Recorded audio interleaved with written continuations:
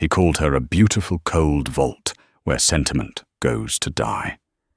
He said it in public, at the Frick Museum, with his young mistress on his arm. Johnny Thorne thought he was delivering the final, humiliating blow to his billionaire wife, Stella Vance. He thought he was forcing her hand, positioning himself to take half of her empire. But he forgot one thing. Stella Vance didn't marry into an empire. She built it. And in the 168 hours that followed, Stella wasn't planning a divorce. She was planning an excavation. Johnny learned that when you mock a queen in her own court, you don't just get disinvited. You get erased.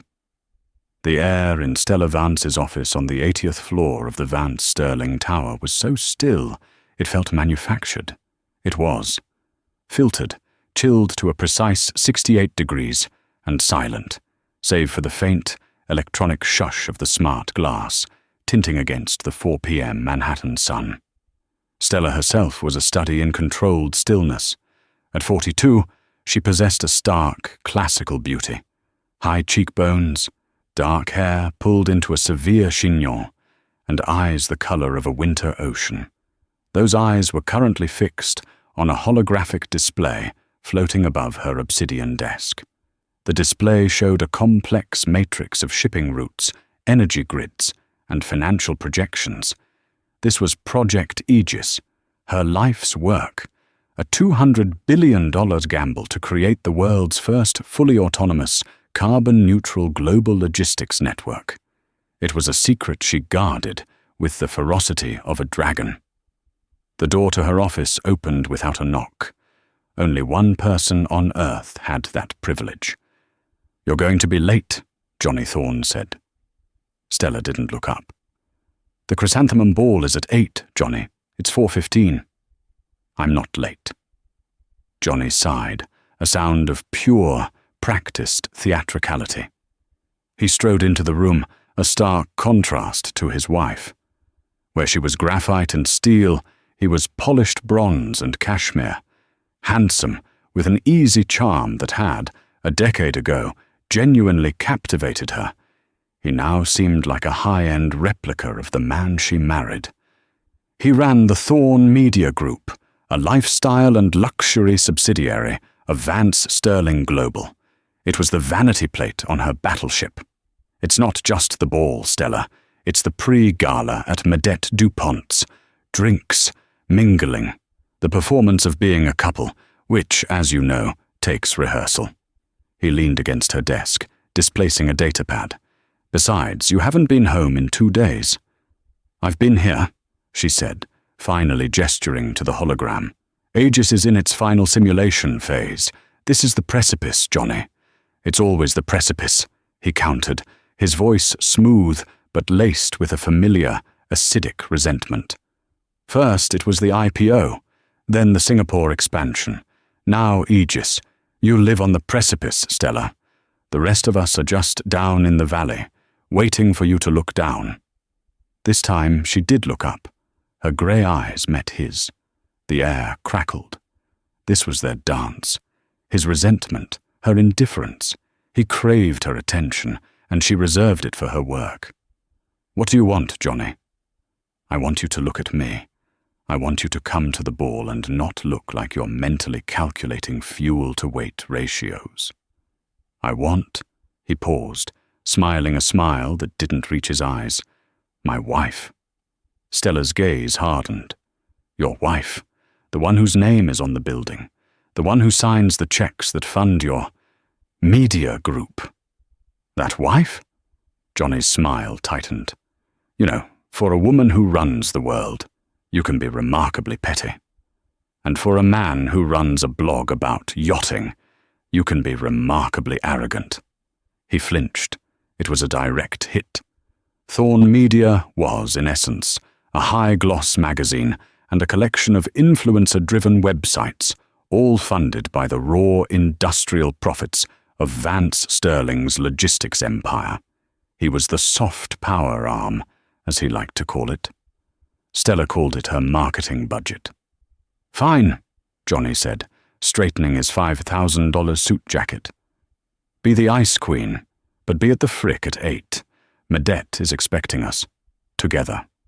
He turned and walked out. The door shushed closed, leaving Stella alone in the silence. She stared at the door for a long, unbroken minute. The indifference she had shown him was a facade, but not in the way he thought. It wasn't covering hurt. It was covering calculation. She pressed a small, invisible button on her desk. "Andrew," she said, her voice low. "Yes, Miss Vance," a disembodied voice replied instantly. "Is the new security protocol for the Geneva server active?" "As of 16 Wars's hours today, ma'am. Full packet inspection and keystroke logging. As you suspected, there was an outbound data query to an unsecured server in the Caymans at 16:02. It was Mr. Thorne's terminal." Stella's face remained perfectly neutral. "And the query was flagged?" "Flagged, cloned and sandboxed, ma'am. The data he thinks he pulled is corrupted. A Trojan horse. The real Aegis files are secure." "Good," Stella said. "And Ms. Ryder, is her surveillance team in place for tonight?" "Yes, ma'am. Full audio-visual. She's currently at a salon on Madison Avenue, charging it to the corporate account Mr. Thorne provided her." "Of course she is," Stella murmured. She looked back at the hologram of Project Aegis. "Stay on him, Andrew. Tonight, I want a complete transcript of everything he says, especially anything he says to Camilla DeWitt." "Understood, Ms. Vance." Stella switched off the comms. She stood and walked to the vast window, looking down at the city she owned. Johnny thought she was cold. He was wrong. She was patient. He thought he was rebelling against her shadow. He was, in fact, walking directly into a trap she had been meticulously setting for 6 months.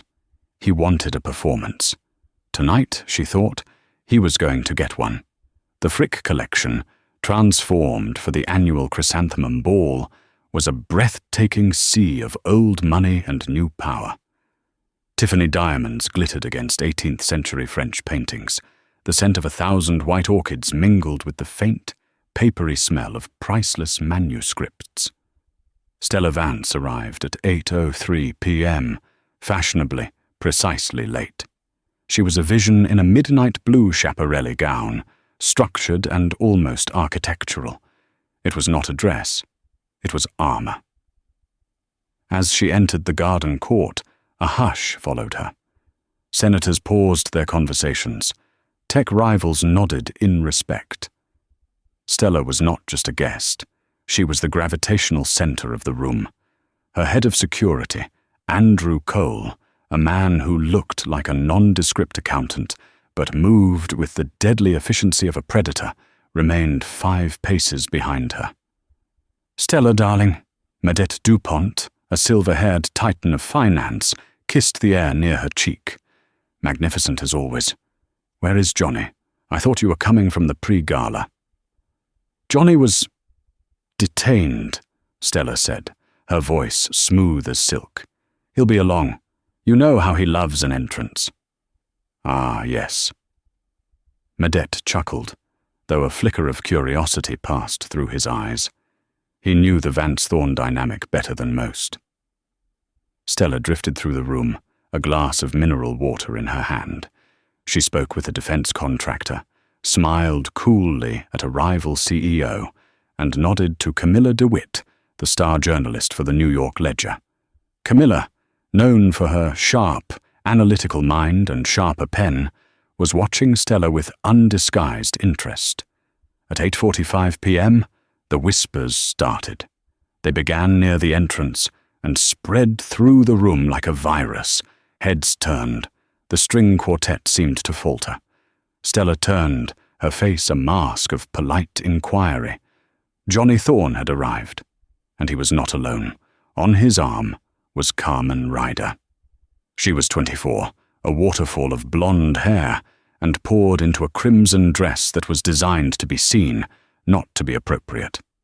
She was, Stella knew from Andrew's detailed files, a former influencer whom Johnny had installed as a brand strategist at Thorn Media. She was also the woman he had been sleeping with for 8 months, the woman currently living in a $10 million condo at 432 Park Avenue, a condo leased by a shell company owned by Thorn Media. Johnny looked flushed with champagne and a reckless, manic energy. He beamed, guiding Carmen through the stunned crowd as if she were a visiting royal. He was steering her directly toward Stella's group, which included Medette DuPont and, fatefully, Camilla DeWitt. "Johnny," Medette said, his voice dropping several degrees, "this is unconventional." "It's the new conventional, Medette," Johnny said loudly, his voice slurring just enough to be obnoxious. He put a proprietary arm around Carmen's waist. "This is Carmen Ryder, my lead strategist. I insisted she come. We're celebrating a new venture." Carmen looked simultaneously terrified and thrilled, her eyes wide as she took in the staggering wealth around her. Stella stood silent, her glass poised in her hand. She did not look at Carmen. She looked only at her husband. "Johnny," Stella said, her voice dangerously quiet. "You are embarrassing yourself." "Am I?" Johnny laughed, a harsh barking sound. "No, Stella, I'm liberating myself. I'm tired of the shadows." Carmen, sensing her cue in this psychodrama, leaned into Johnny and whispered, just loud enough for the group to hear, "Johnny, darling, don't. She looks so powerful." It was the gasoline on the fire. Johnny turned to Carmen, but he pitched his voice for the entire circle, for Camilla DeWitt's rapt attention. "Powerful," he scoffed, the word dripping with scorn. "Stella is a vault, darling, a beautiful cold vault where sentiment goes to die. Look at her. That's not a dress, it's a cage. She hasn't been a woman in a decade." The silence was absolute. The string quartet had given up. Medette DuPont looked aghast. Camilla DeWitt's eyes were laser-focused, committing every syllable to memory. Johnny, high on his own audacity, leaned in closer to Carmen and delivered the killing blow, a line he had clearly rehearsed. "She's a balance sheet, darling, that's all. A magnificent, cold, brilliant balance sheet. But you can't cuddle a balance sheet." He kissed Carmen, a wet, performative kiss, right in front of his wife. Stella did not cry. She did not scream. She did not throw her drink. Her mask of polite inquiry barely wavered, but her eyes went arctic. She held Johnny's gaze for 1, 2, 3 seconds. In that look, Johnny's drunken bravado faltered. He saw something he hadn't anticipated. Not rage, not hurt. He saw apathy. No, not apathy. He saw completion. Stella Vance turned, not in a huff, but with the deliberate grace of a monarch leaving a tedious court function. She placed her untouched glass on a passing waiter's tray. "Andrew," she said, her voice calm. "Ma'am." He was already by her side. "Have the car brought around, and execute protocol dagger, effective immediately." "Yes, Miss Vance." She walked out of the Frick collection.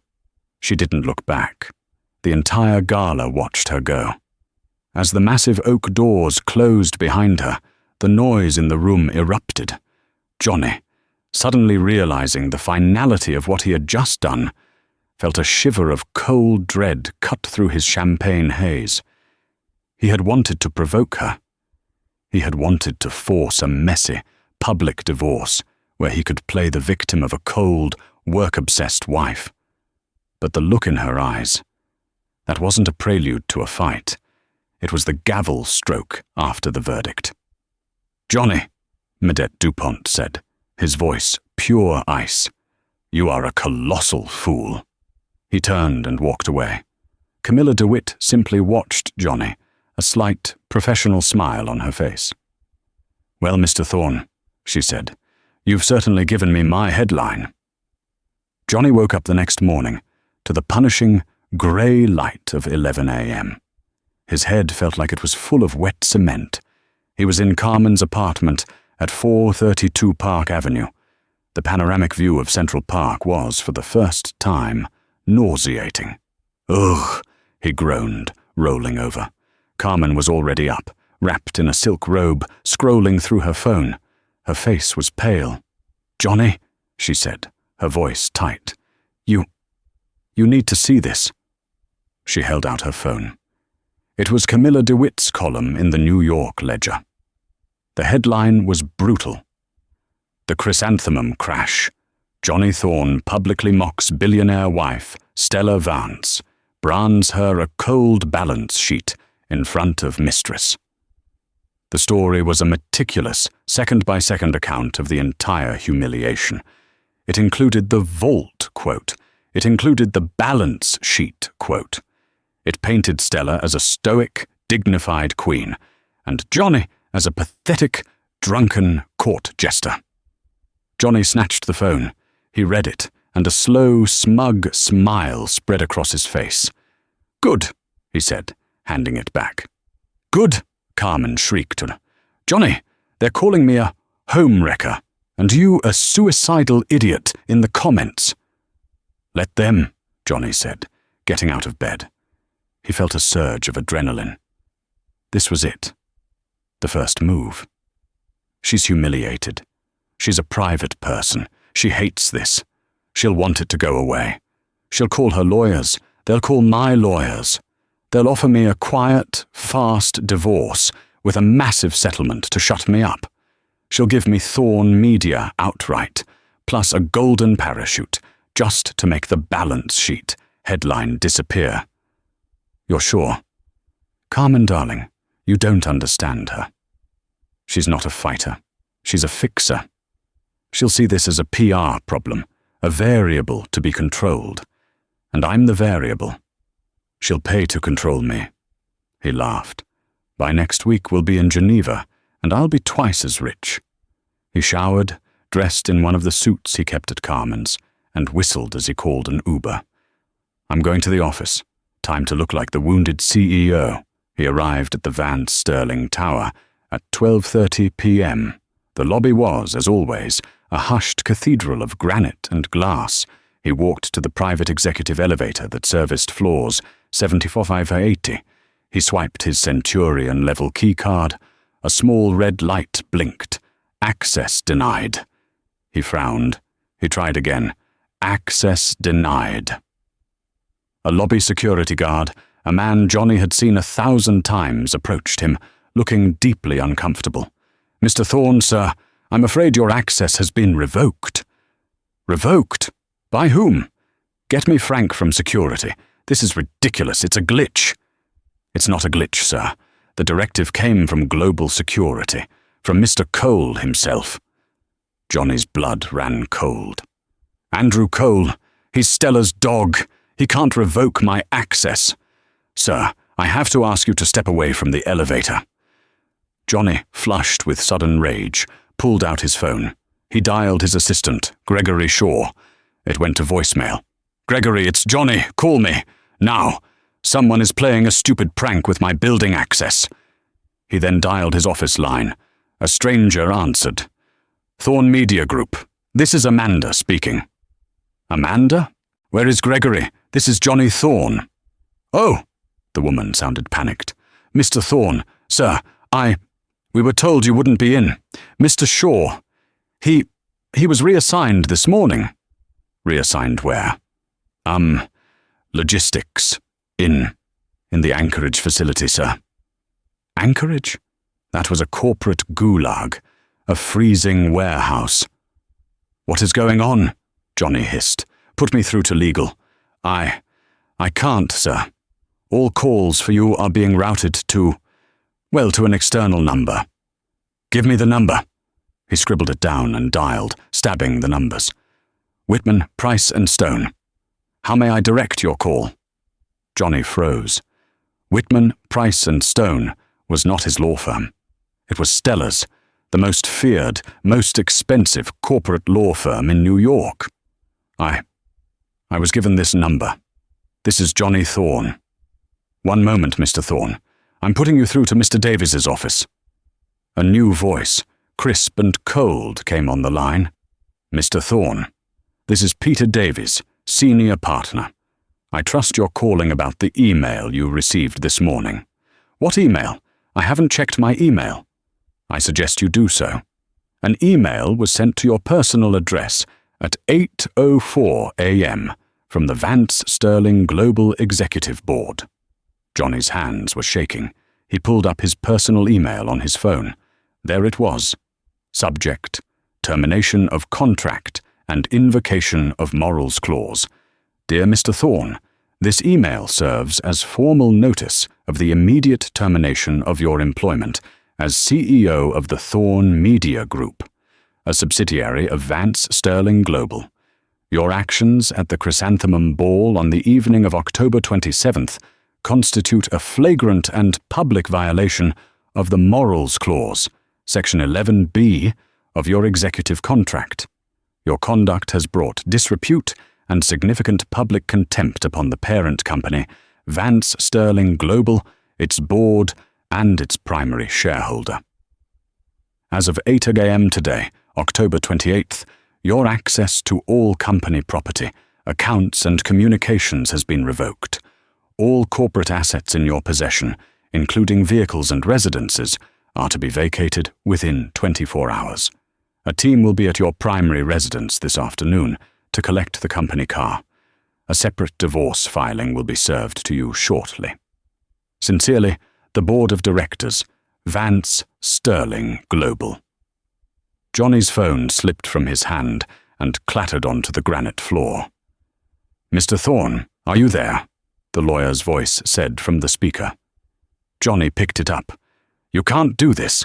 I built Thorne Media. It's my company. I'm afraid you're mistaken, Mr. Thorne, Davies said, his voice laced with the slightest hint of pity. You were a salaried employee. Thorne Media Group LLC is, and has always been, a wholly owned subsidiary of VSG Holdings. And VSG Holdings is, in turn, 100% owned by Ms. Stella Vance. You were never a partner. You were a manager. The blood drained from Johnny's face. He stumbled back, leaning against a marble pillar for support. He wasn't her partner. He was her employee. He bolted from the lobby and hailed a cab. 432 Park Avenue, now! He had to get to his laptop. He had to get to the Geneva accounts. He had to get the Aegis data he'd stolen.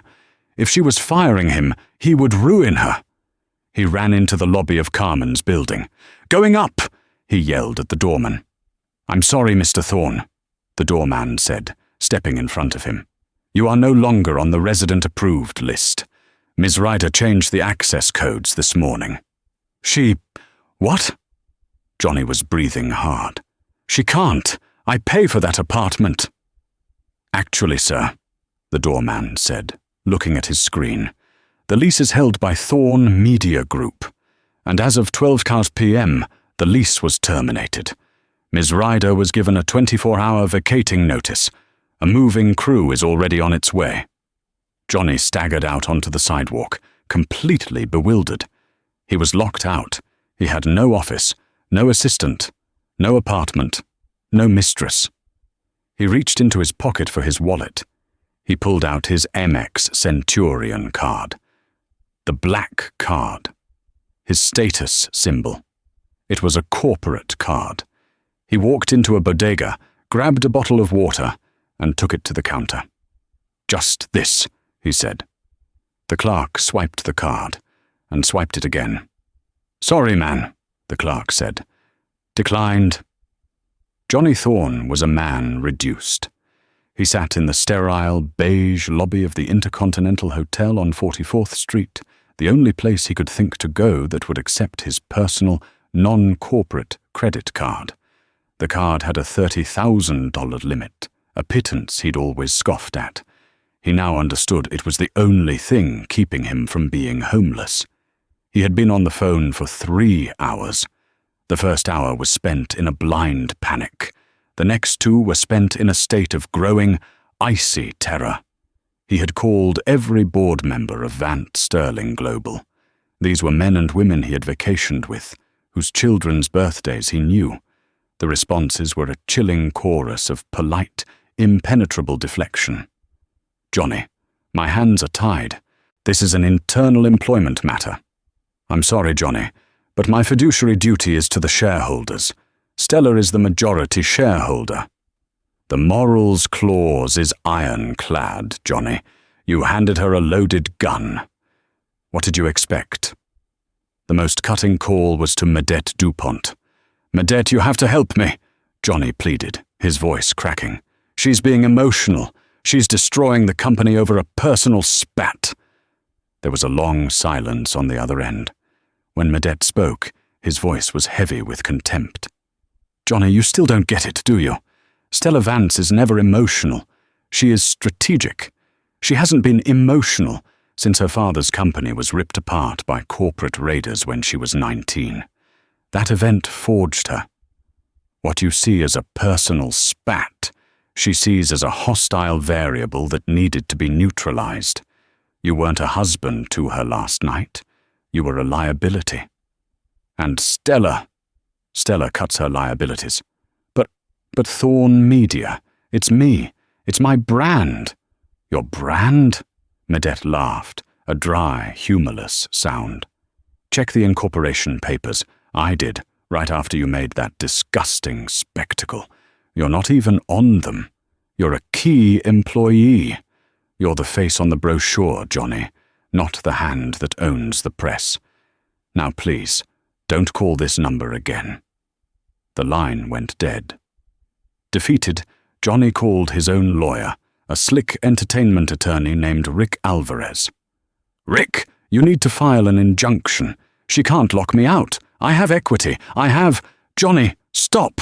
Rick interrupted, his voice strained. "I've just been served by Whitman, Price, and Stone. It's the divorce petition." "Good, fine. Tell them I want half of everything. The company, the houses, the jet. Half. Johnny, you signed a prenuptial agreement." "A prenup? Of course I did. But it's been 12 years. I can contest it. I helped build the company." "Material contribution." "Johnny, I'm looking at the prenup. My God, it's 80 pages. It's not a prenup. It's an Iron Maiden. It explicitly states that any company, subsidiary, or entity created after the marriage, funded in any way by Vance Sterling assets, remains the sole and separate property of Stella Vance. It states that any role you hold is at-will employment. It has, Johnny, it has a lifestyle clause." "What? What lifestyle clause?" "It stipulates that all residences, vehicles, and expense accounts are corporate assets provided in lieu of a larger salary to be forfeited upon termination." "Johnny, you agreed to this?" I don't remember. It was 12 years ago. She said it was just standard procedure." "Standard procedure for a hostile takeover, maybe." Rick sounded genuinely stunned. "This thing has more claws than a tiger. You have no claim on Thorn Media. You have no claim on the penthouse. You have no claim on anything.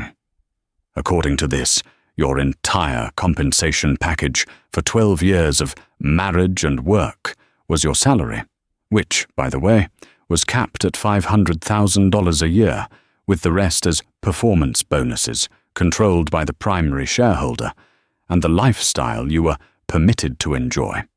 Stella's lawyers are offering you a one-time severance payment of $5 million in exchange for a full NDA. $5 million! It was nothing. It was what he spent on watches and wine in a year. "No," Johnny whispered, his mind racing. No. She's underestimated me. She thinks she's cut me off. She doesn't know what I have." He looked at the cheap hotel laptop he'd bought with his personal card. He'd been siphoning data from Project Aegis for months. He had protocols, architectural plans, supplier contracts. He had been planning with Carmen to defect and start a rival company, funded by Stella's own money, which he'd also been siphoning. He thought the public divorce would be the perfect cover. The scorned husband starting over. He had $20 million stashed in an untraceable account in Geneva. He had the Aegis data on a secure server in the Cayman Islands. She can take the company, he thought, a savage, desperate smile twisting his face. I'll take her future. He opened the laptop. He navigated to the encrypted portal for his Cayman server. He typed in his complex passphrase. Connecting. Authenticating. A new screen popped up. It was not his server's interface. It was a blank, black screen with a single line of text in the center. A white sans serif font. We know. Johnny recoiled from the laptop as if it were a snake. What? What is this? He tried to log in again. We know. He tried the direct IP address. We know. A new line of text appeared below the first. Project Apex. A clever name, but unoriginal. Just like you. Apex was his name for his stolen version of Aegis. No one knew that name. Not even Carmen. His hotel room phone rang. He stared at it. It rang again. He snatched it up. Who is this? Mr. Thorne. It was the voice of Andrew Cole, Stella's security chief. The voice was calm, almost bored. You... What did you do? Johnny screamed. We did nothing, Mr. Thorne. You did. You've been trying to breach a Vance Sterling firewall for 6 months. We've simply been observing. The data you thought you were stealing? It was from a sandbox, a curated honeypot of useless corrupted files. The Aegis data you have is nothing but a very complex, very elegant loop of nonsense. We appreciate your beta testing of our new security protocols, however. Johnny's blood turned to ice. The Geneva account, the $20 million, you can't touch that. It's mine. Ah, yes. The funds siphoned from the Thorne media marketing budget. An impressive bit of fraud. Wire transfers routed through 6 countries. But you made a mistake. The final transfer, from Zurich to Geneva. You used your office terminal, the one we provided, the one that logs every keystroke. No, Johnny whispered. Ms. Vance, Andrew continued, was distressed to learn of this unauthorized transfer. As a U.S. citizen, she felt obligated under the Patriot Act to report a suspicious $20 million foreign transaction to the U.S. Treasury Department and to Swiss authorities. Your Geneva account was frozen. Let me check. 72 hours ago, pending a full investigation into money laundering and corporate embezzlement. Johnny slid off the chair and onto the floor. He was breathing in short, sharp gasps. He had nothing. He had less than nothing. He was a thief. Mr. Thorne, Andrew's voice was the only sound in the room. What? What does she want? Johnny whispered. She doesn't want anything, but she is willing to grant you a meeting, not a negotiation, a presentment. Tomorrow, 9 a.m., the main boardroom, floor 80. But my access. Your access will be provided, one time only. Please be prompt, Mr. Thorne. Ms. Vance has a very full schedule. The line clicked dead. Johnny sat on the scratchy hotel carpet, the receiver still in his hand, a completely and utterly broken man. He had charged the Queen's fortress with a wooden sword, only to find she had been watching him from a cannon emplacement the entire time. Johnny spent the night in a fever of cold sweats and recriminations. The $300 hotel room felt like a prison cell. He had no one to call. His friends were Stella's business associates. His family had been estranged for years, embarrassed by his trophy husband status. And Carmen. Carmen. Where was Carmen? He had assumed she'd been locked out, just like him, that she was just another piece of collateral damage. But as the night wore on, A new, sickening thought began to creep in. She'd changed the access codes before he got there. She'd known. He thought back. The gala. Her fear. Her thrill. Her perfectly timed whisper. She looks so powerful. It wasn't an observation. It was a prompt. It was the cue he had asked her to give him. But what if it was a cue for someone else? He remembered her at 432 Park Avenue that morning, pale and scrolling through her phone. "You need to see this," she'd said. She hadn't been angry. She'd been nervous, like an actor waiting for a review. He replayed the last few months, their secret meetings, their brilliant plan to steal Aegis. It was his plan, he'd thought, but she had been the one to encourage him. "You deserve it, Johnny. She doesn't appreciate you. You built that media arm. If you had your own company, you'd be bigger than she is." She had fed his ego, stroked his resentment, and watered the seeds of his greed until they were a choking jungle. A new, horrifying possibility dawned. What if Carmen wasn't his co-conspirator? What if she was Stella's? The idea was so monstrous, so Machiavellian, that he almost dismissed it. Stella wouldn't do that. She was cold, yes, but not that manipulative. Was she? He thought of Andrew Cole. We've simply been observing. For 6 months. The affair had been going on for 8 months. He felt sick. He had been a puppet, a stupid, arrogant, lust-driven puppet. The affair, the gala, the theft. Stella had known about all of it. She hadn't been the victim. She had been the director. This meeting at 9 a.m., it wasn't a presentment. It was a sentencing. He looked at the cheap suit he'd been wearing for 24 hours. He had nothing else.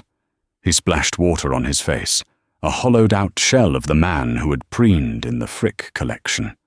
At 8:45 a.m., he walked into the Vance Sterling Tower. The security guard nodded. "Mr. Thorne, they're expecting you." He walked to the executive elevator. He didn't need a key. The guard pressed a button, and the doors slid open. The ride to the 80th floor was a silent ascent to his own execution. The doors opened onto the executive floor. The thick carpet absorbed the sound of his footsteps. The air was the same, 68 degrees, smelling faintly of clean metal and ozone. Andrew Cole was waiting outside the boardroom. "Mr. Thorne, right on time." "Andrew," Johnny said, his voice hoarse. She planned it all, didn't she? The gala, the data, Carmen." Andrew Cole's face was impassive. He simply pressed a button. "Miss Vance is waiting." The massive, 10-foot-high teak doors of the boardroom hissed open. Johnny walked in, and his world finally, completely, ended. The boardroom was vast, dominated by a 50-foot black marble table that reflected the New York skyline like a dark mirror. Stella Vance stood at the far end, silhouetted against the floor-to-ceiling windows. She was not in a suit. She was wearing a simple, cream-colored cashmere dress. She looked rested, calm, and utterly terrifying. She was not alone. Seated along one side of the table were 3 people: Peter Davies, her lawyer from Whitman, Price and Stone, a severe-looking woman in a dark blue suit whom Johnny didn't recognize, and Carmen Ryder. Carmen sat stiffly, her hands folded in her lap. She was wearing a plain grey blouse.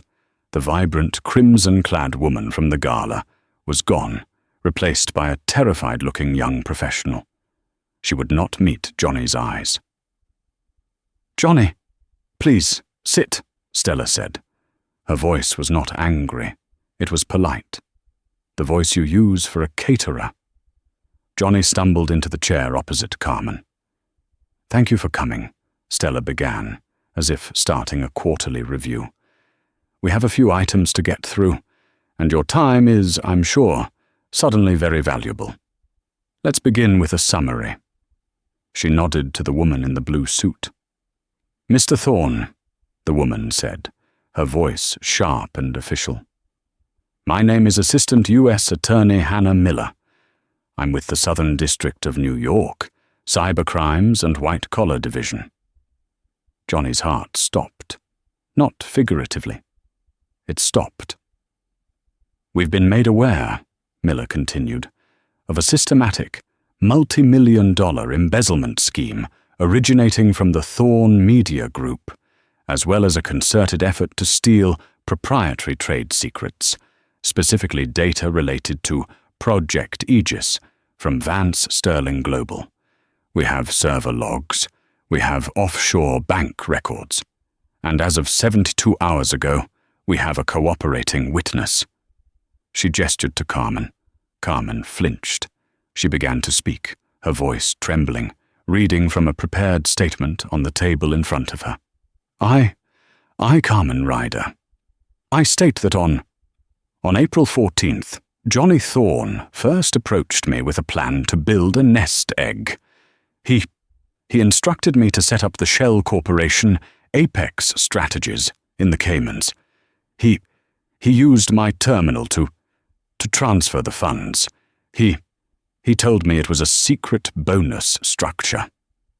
"You lying—" Johnny lunged, but Andrew Cole was suddenly behind him, a heavy hand on his shoulder, forcing him back into the chair.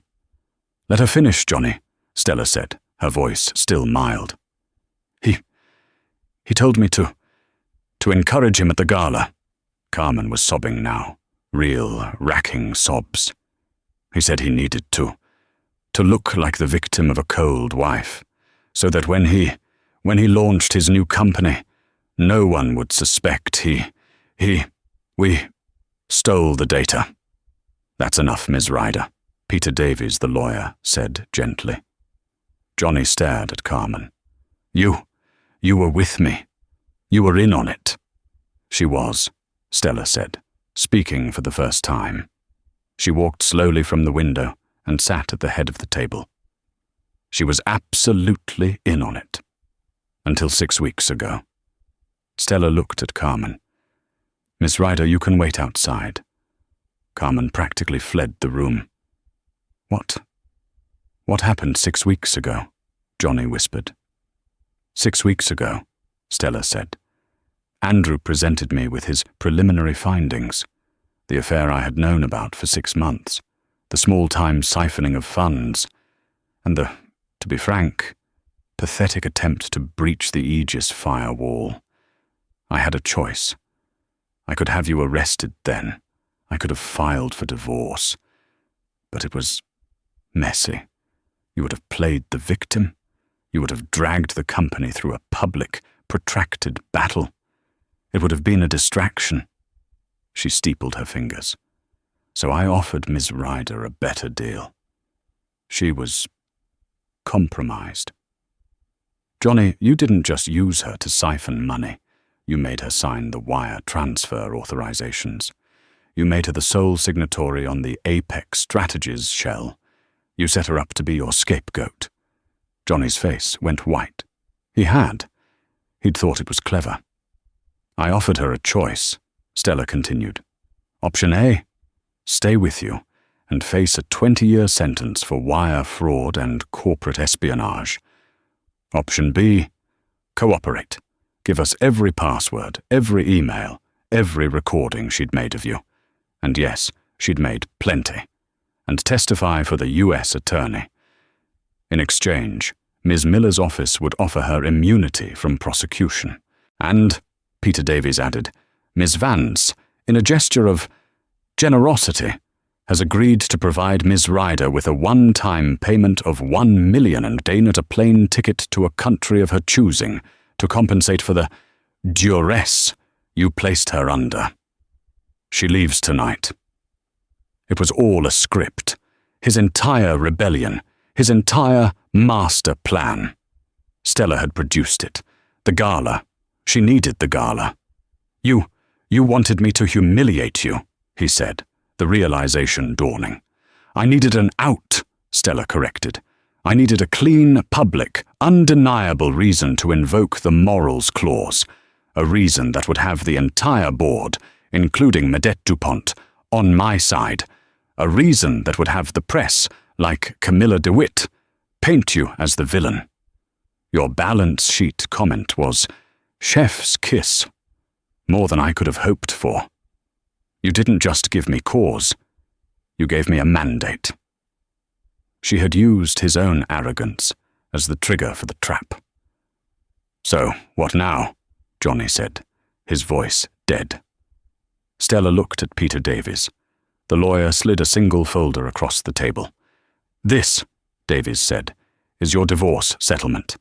It is non-negotiable. You will sign it today. In it, you waive all rights, now and forever, to Vance Sterling Global and any associated assets. You accept the $5 million severance payment, which will be wired to your US bank account. You will agree to a permanent, global, non-disclosure agreement." "And if I don't?" Johnny said, feeling a final, pathetic spark of defiance. "If I tell the world what you did, how you set me up, how you entrapped me?" Stella smiled. It was the first time he'd seen her smile in a year. It was the coldest thing he had ever seen. She nodded to AUSA Miller. "If you don't sign," Miller said flatly, "I have, right here in my briefcase, a sealed grand jury indictment for 12 counts of conspiracy, wire fraud, and violations of the Economic Espionage Act. We will arrest you in this room. Your $5 million severance will be seized as proceeds of crime. You will be denied bail as a flight risk, thanks to your former Geneva accounts, and you will face a minimum sentence of 25 years in federal prison. Ms. Ryder will be the prosecution's star witness." Peter Davies slid a pen on top of the folder. "Stella," Johnny whispered, a broken appeal to a woman who was no longer there. "Please. 12 years. Stella stood up. "Those 12 years were a business arrangement, Johnny. You provided a social buffer for me. I provided a lifestyle for you. The arrangement is now concluded. The liability has been trimmed. Sign the papers." She turned and walked to the window, looking back out at her city. Johnny, his hand shaking so violently he could barely hold the pen, opened the folder. He signed. He signed away his marriage. He signed away his name. He signed away his life. Andrew Cole took the folder. AUSA Miller stood. "A pleasure, Ms. Vance." She nodded and left. Peter Davies followed. Johnny was left, sitting alone at the table. "Get out of my building, Johnny," Stella said, without turning around. Johnny stood up. He walked out of the boardroom. The teak doors shushed closed behind him. He was a ghost, haunting the place he once thought he ruled. The humid, oppressive air of a rented Miami condo was a poor substitute for the filtered, 68-degree perfection of the Vance Sterling Tower. Johnny Thorne sat on a beige sofa, the fabric scratching his skin, staring at a standard-issue flat-screen TV. The air conditioner rattled, a constant, annoying reminder of its inefficiency. This was his new life. He was a ghost, a social pariah. The day after he'd signed his life away, Camilla DeWitt's follow-up in the New York Ledger had been the final shovel of dirt on his coffin. Johnny Thorne, disgraced ex-CEO, accepts 5 Mistress pittance in divorce from Stella Vance. Sources confirm firing for gross financial misconduct. The story, citing anonymous legal sources, which Johnny knew meant Peter Davies' office, painted him as a pathetic, grasping fool. It briefly mentioned the morals clause, but focused heavily on the financial misconduct, framing him not as a tragic adulterer, but as a common, incompetent thief. His friends no longer answered his calls. His name was now a punchline at the dinner parties he used to host. Carmen Ryder had vanished even more completely. Her social media was gone, her number disconnected. She was a phantom who had slipped the noose he had built for her, taking $1 million as a parting gift. He had tried to be angry at her, but the anger was drowned out by the sheer, overwhelming terror of his own stupidity. He was alone, with $5 million in a bank account that felt like a joke. It was the entry fee for the life he used to live, not the means to sustain it. And then she appeared on his screen. The broadcast was live from the grand ballroom of the New York Stock Exchange. The room was electric, packed wall to wall with every major journalist, analyst, and financial titan in the Western Hemisphere. The incessant, high-frequency thrum of anticipation was palpable, even through the cheap television speakers. Then, the room went silent. Stella Vance walked onto the stage. She was alone. No entourage, no board members flanking her. She wore a graphite grey suit, the tailoring so sharp it looked sculpted. Her hair was pulled back. She was not a wronged wife. She was not a woman scorned.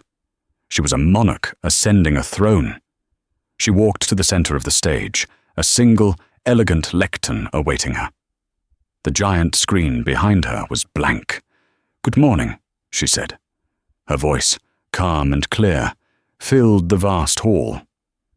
For 3 years, Vance Sterling Global has been working on a single, fundamental problem: that green and growth are often seen as enemies. That to save the planet, we must slow our economy. That progress must be tempered by guilt. She paused, her gaze sweeping the room. Today, we prove that assumption wrong. The screen behind her lit up, a single word, pulsing in a cool, electric blue. Aegis. "I present Aegis," she announced, "the world's first fully autonomous, zero-emission global logistics network. It is not a concept. It is not a 5-year plan. It is active." The room erupted in a collective gasp. "We have engineered a new class of autonomous cargo ship, powered by proprietary, compact hydrogen fusion cells. We have built a network of fully automated ports, and we have activated a logistics AI that can predict and manage global trade with 99.8% efficiency. As of 08 War this morning, the Vance Prometheus left Shanghai for Los Angeles. It is fully autonomous, fully operational, and it is leaving nothing in its wake but clean water." The floor of the NYSE exploded. This wasn't a product launch. It was a paradigm shift, an industrial revolution announced in a single breath. The Q&A was a frenzy. Hands shot up. "What's the cost? What's the timeline on the fusion cells? How have you kept this secret for 3 years?" Stella answered each technical question with bored, laser-like precision. Then, inevitably, Camilla DeWitt stood up. The room quieted once more. Everyone knew this was the real question, the one that blended the business and the blood. "Ms. Vance, this is staggering. A truly world-changing achievement," Camilla said, her voice respectful but sharp. "But I have to ask, you are launching this just 4 weeks after the extreme personal and professional turmoil of your divorce. How did you manage to steer this ship, this Prometheus, to shore under such intense personal pressure?" The silence was absolute. 100 cameras zoomed in on Stella's face. Stella looked directly at Camilla. She didn't flinch. A small, almost imperceptible smile touched the corner of her mouth.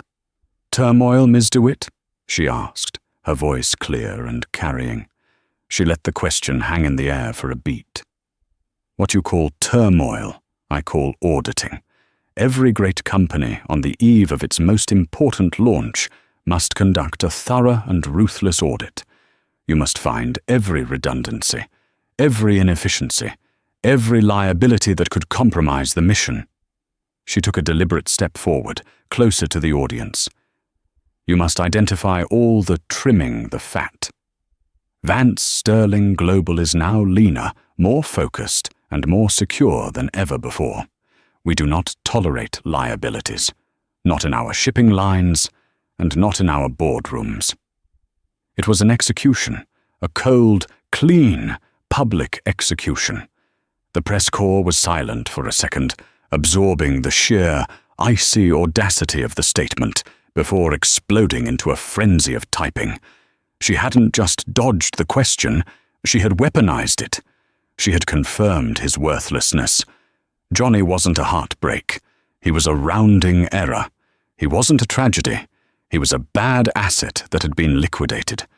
In the front row, Madette DuPont was seen beaming, giving her a small, subtle round of applause. Later that day, the 80th floor office was, as always, silent.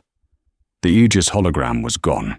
In its place, on her main screen, was a simple, live feed of the Vance Prometheus, a silent metal titan carving a clean, white line across the deep blue of the Pacific. Stella was sipping her tea. The setting sun cast long, golden shadows across her desk. Andrew Cole entered. "Ma'am." "Andrew, the markets are closed?" "Yes, ma'am. VSG stock closed up 41%. It is a new record. Your personal net worth increased by $40 billion today." "Good," Stella said, her eyes fixed on the ship. "And ma'am, one last item. The final audit on the severance account for Mr. Thorne." Stella's gaze didn't move. "A problem?" "A flag," Andrew corrected. "It seems he attempted to leverage the full $5 million severance package this morning." "Attempted?" Stella asked, a flicker of mild curiosity in her voice. "Yes, ma'am. He placed a series of high-risk, high-leverage options trades at 9 a.m. Sir, he was betting against us. He shorted VSG stock, timed to the Aegis announcement. He was anticipating a catastrophic failure. A buy the rumor, sell the news event." Andrew allowed himself the smallest, driest of coughs. He believed the launch would be a disaster. He believed he was smarter than you. "And?" Stella said. "And, ma'am, as of the market close, with the 41% surge, his position was not just wiped out, it was margin called into oblivion. The entire $5 million severance is gone. In fact, he now owes his broker $1.2 million. Johnny Thorne was not just poor, he was in debt. He was less than zero. Stella Vance finally turned from the window. She looked at Andrew. She felt nothing. No joy, no pity, no anger. It was simply order. The books were balanced. The equation was solved. The final liability had been zeroed out. She gave a small, genuine smile. "He always was a terrible gambler, Andrew." "Yes, ma'am," Andrew replied. "He was." And just like that, Johnny Thorne went from billionaire by proxy to less than a millionaire in a single week, erased by the very woman he tried to humiliate. Stella Vance proves that the most dangerous person in the room isn't the one making the most noise, but the one who has been 5 steps ahead the entire time. She didn't just win. She rewrote the rules of the game. What did you think of Stella's ultimate checkmate? Was it justice or was it cold-blooded? Let us know in the comments below. If you love stories of epic revenge and karma, make sure to hit that like button, share this video with someone who needs to see it, and most importantly, subscribe to our channel for more true life stories where the powerful get exactly what they deserve. Don't forget to ring that notification bell so you never miss a single downfall.